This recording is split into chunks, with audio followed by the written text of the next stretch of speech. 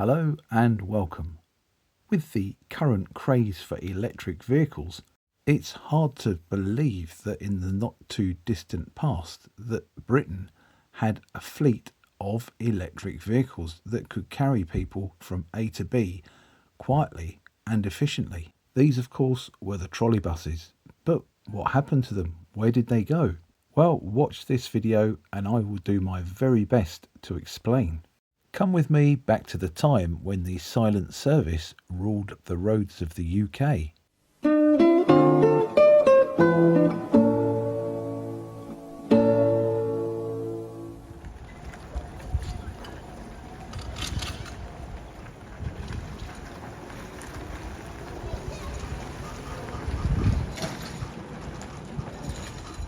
Now, I was a little bit sceptical about doing this video because you speak to some people about trolleybuses and they're like, oh wow, yes, brilliant, absolutely fantastic, go for it.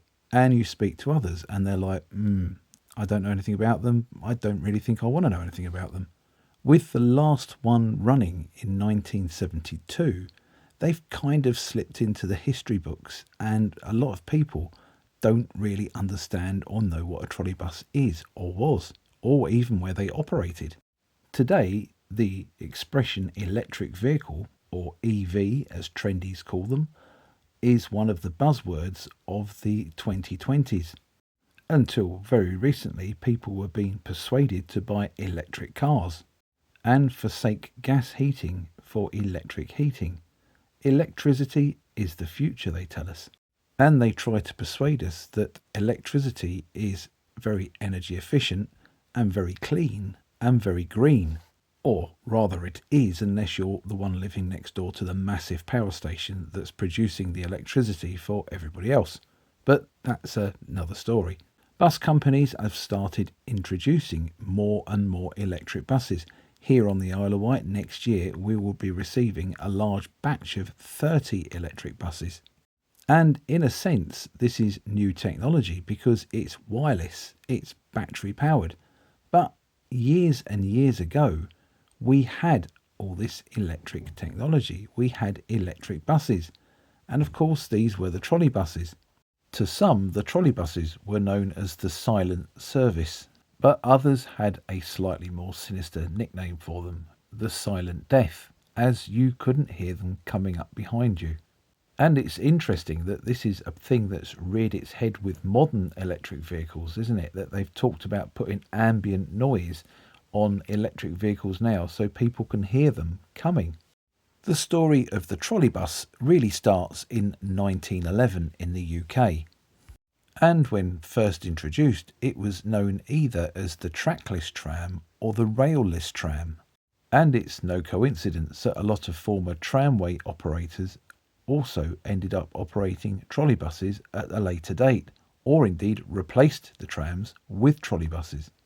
In the early days of road transport, the road surfaces weren't particularly good, and coupled to the fact that the early vehicles had solid rubber tyres rather than the pneumatic tyres that we kind of take for granted nowadays, it meant that they could be given a rather rough ride.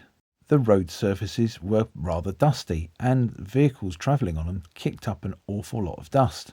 Plus there were very strict speed regulations as well, sometimes as low as 5 miles an hour. All this made the tram a favourite with the public service operators, as by comparison at the time the trams were a lot smoother and a lot faster. And coupled to that, a lot of the municipal operators who operated tramways, and later trolleybuses of course, produced their own electricity in their own electric works. And in those days this was produced using vast amounts of locally mined coal. The problem of course with trams is that there's too lots of infrastructure to maintain. Not only do you have the tracks to look after, but you've also got the overhead wires where the electricity flows to power your trams. On top of that, trams are susceptible to delay, as when there's a problem with the line or blockage in front of you, you can't just pull out and overtake, although I'm sure there's been some tram drivers over the years who have tried to do this. It also cost money to lay the tram tracks as well. The trolleybus was seen as a bit of a compromise. It didn't need the expensive maintenance on tracks because it ran on rubber tyres. Towards the start of the early 1900s, tram construction had started to tail off. By this point, many of the busy urban routes had already been built, but the local councils and tramway operators were looking at cheaper ways and more efficient ways of extending the services to the outlying areas. Now, the obvious thing to do would be to have run a fleet of buses in as feeders to meet up with the trams to take them into the urban city centres and town centres, wouldn't it? But aside from the problems with the road services that I mentioned earlier on, petrol also cost money. Whereas, again, as I mentioned previously, these local authorities were generating their own free electricity. Coupled to the fact, of course, that early motor buses were far from reliable. What was needed was something that could utilise this free electricity, but could run on the road surface without the expensive cost of having to lay rails and the supporting structure underneath the rails to hold the weight of the tramway. The result would be a German creation, and it was demonstrated by Dr. Ernst Werner von Siemens in Berlin in 1882.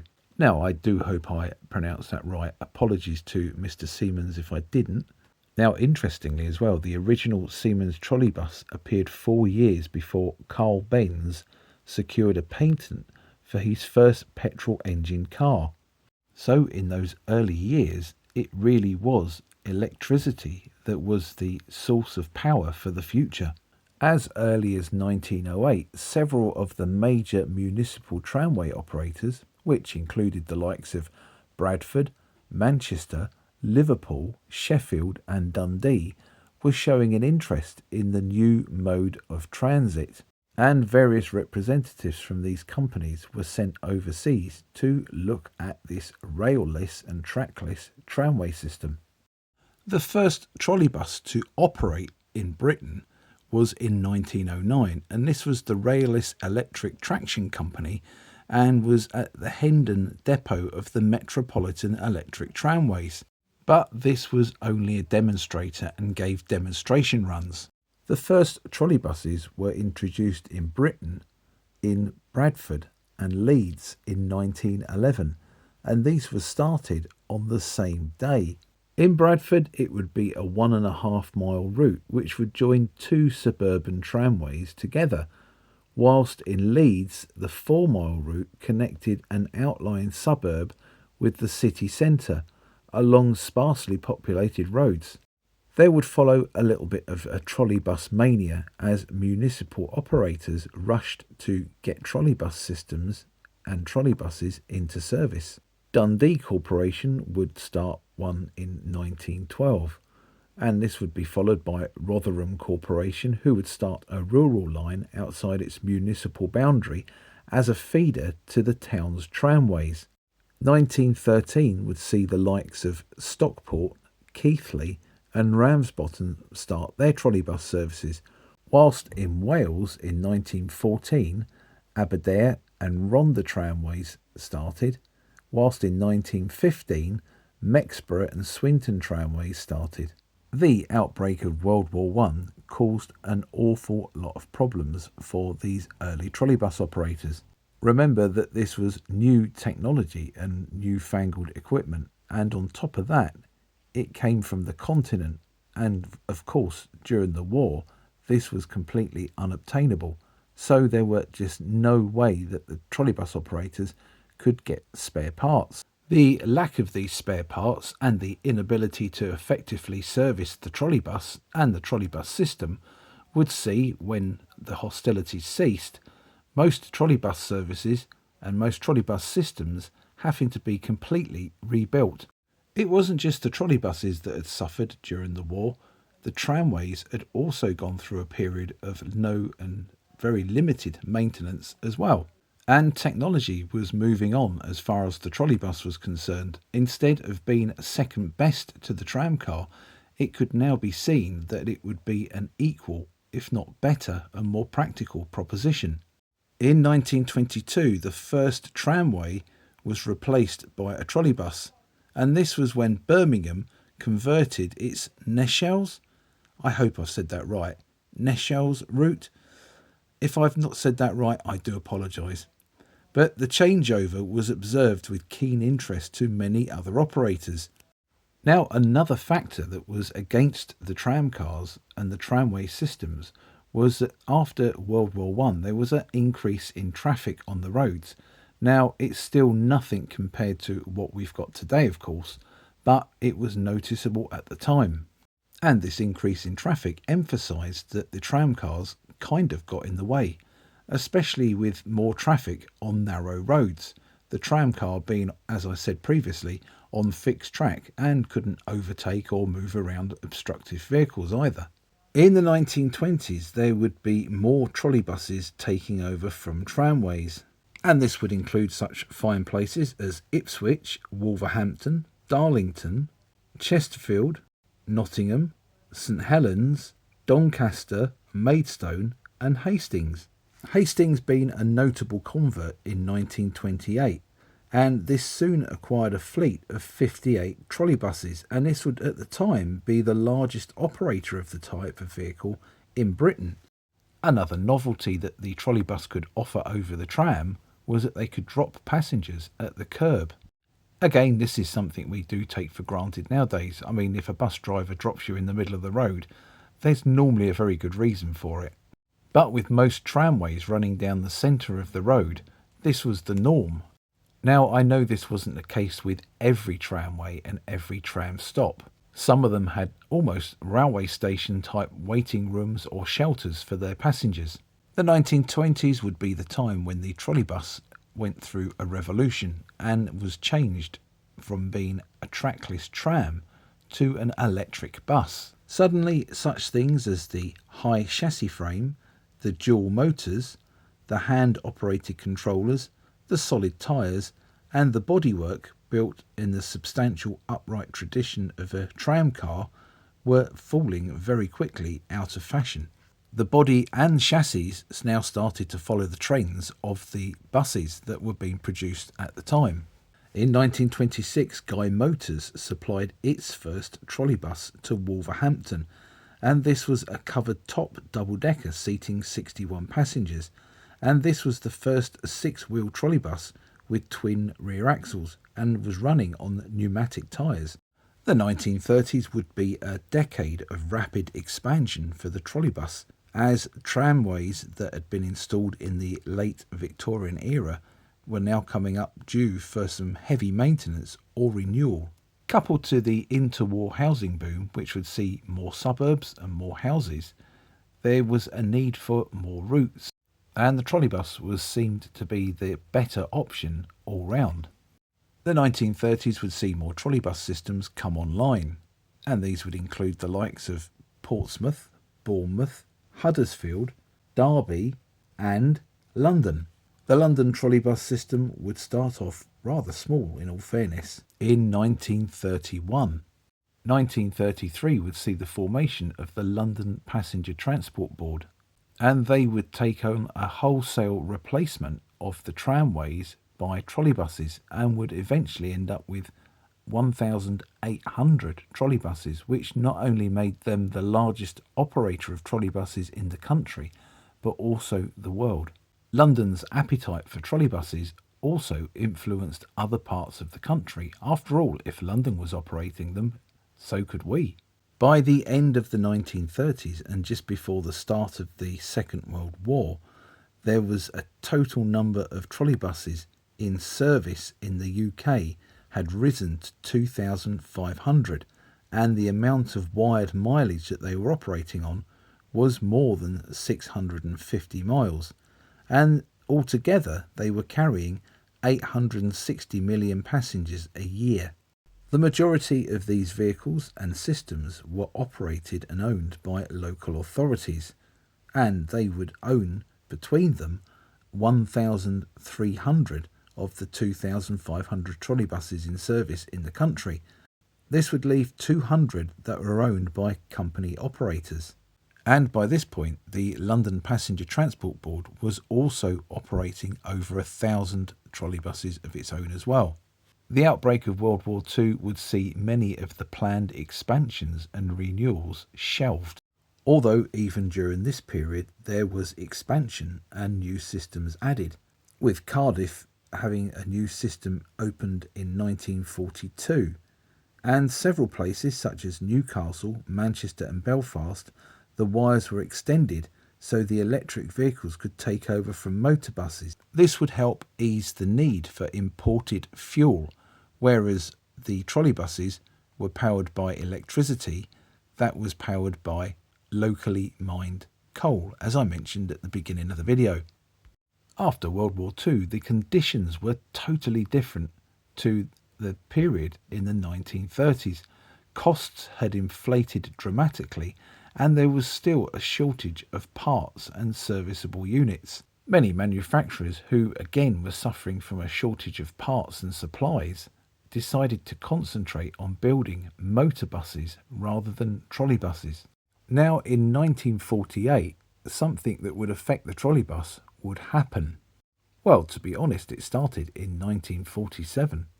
This was the 1947 Electricity Act, and would see over 600 privately owned electricity companies nationalised into 12 area boards. Now, obviously, this meant that a lot of the operators who had been generating their own electricity now weren't, and now had to pay for the electricity to run the trolleybuses. And this would put the death knell in the trolleybus, as the costs of the operating of the trolleybus would start to rise dramatically. By the 1950s, it was obvious that the tide had started to turn in favour of the motorbus. Operators who had been in the process of replacing tram cars now completed their conversions with diesel buses rather than trolleybuses. Throughout the country, passenger trends were changing and less people were using public transport.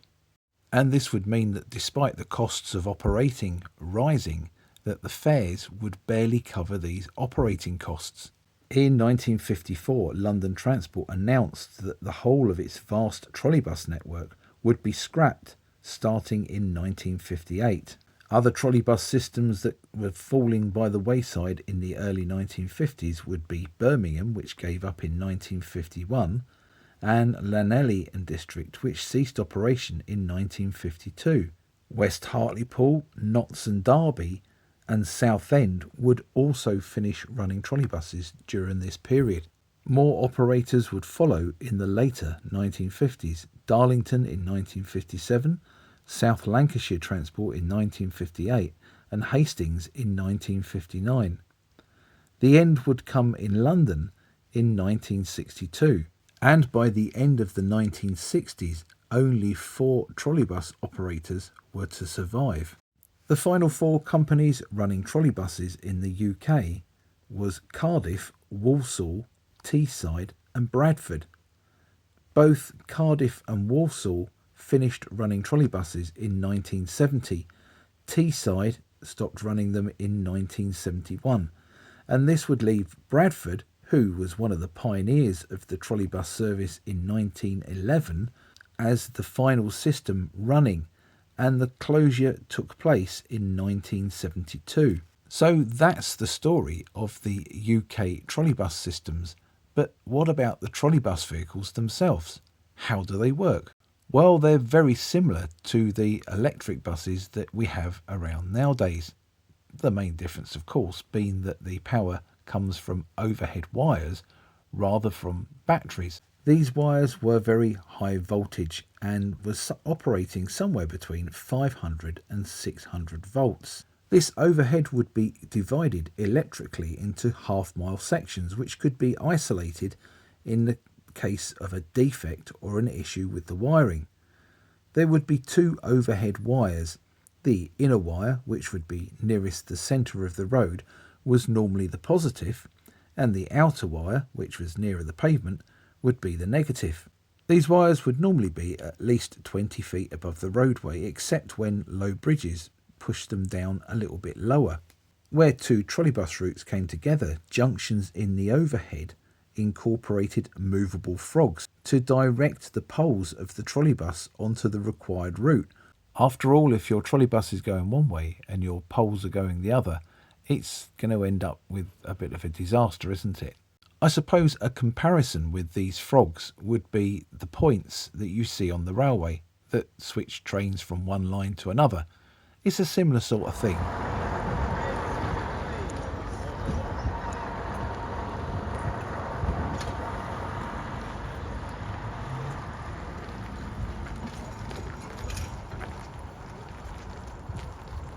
And these frogs would be controlled either manually with a lever on a standard that supported the trolleybus wires, or by an electromagnet which would energise the frog and make it change automatically. The electromagnet would be placed on the wire just before the junction, and the trolleybus driver would approach the electromagnet at power if he wanted the frog to change. The power from the trolleybus operating the electromagnet and thus making the frog move.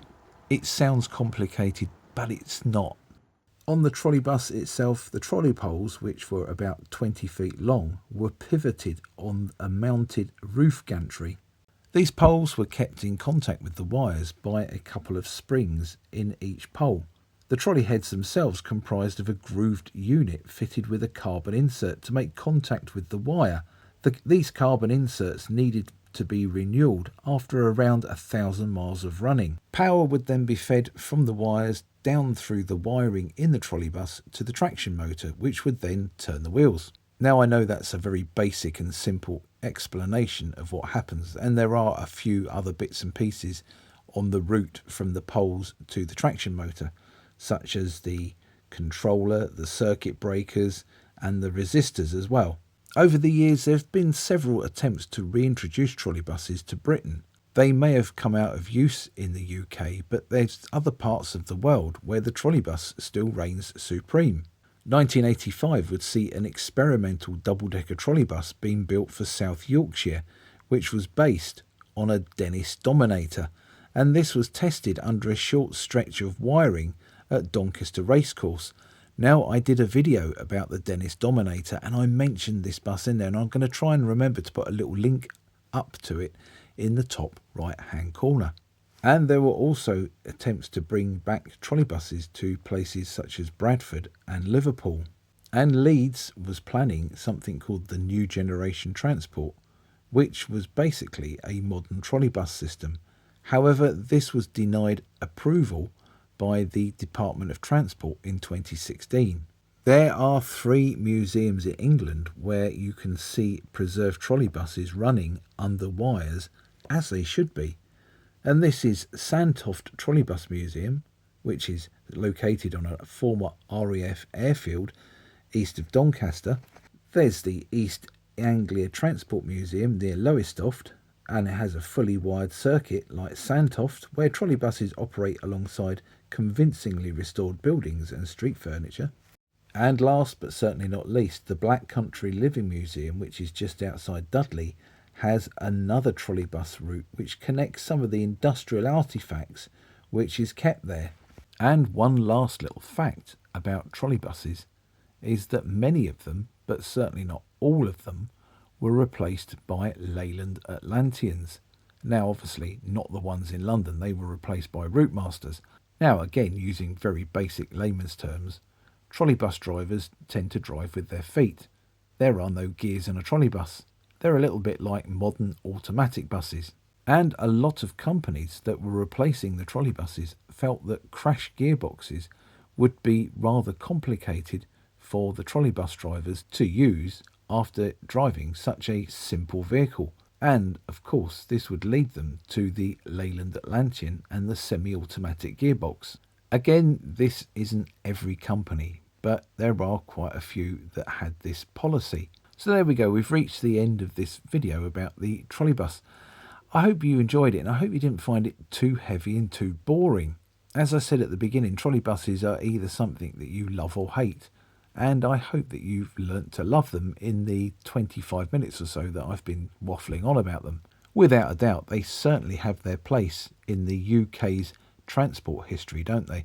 And it's such a shame that we had all this infrastructure that's all gone to the wayside. If you did enjoy this video, please like, hype and share it. And don't forget to subscribe to my channel so you don't miss my future releases.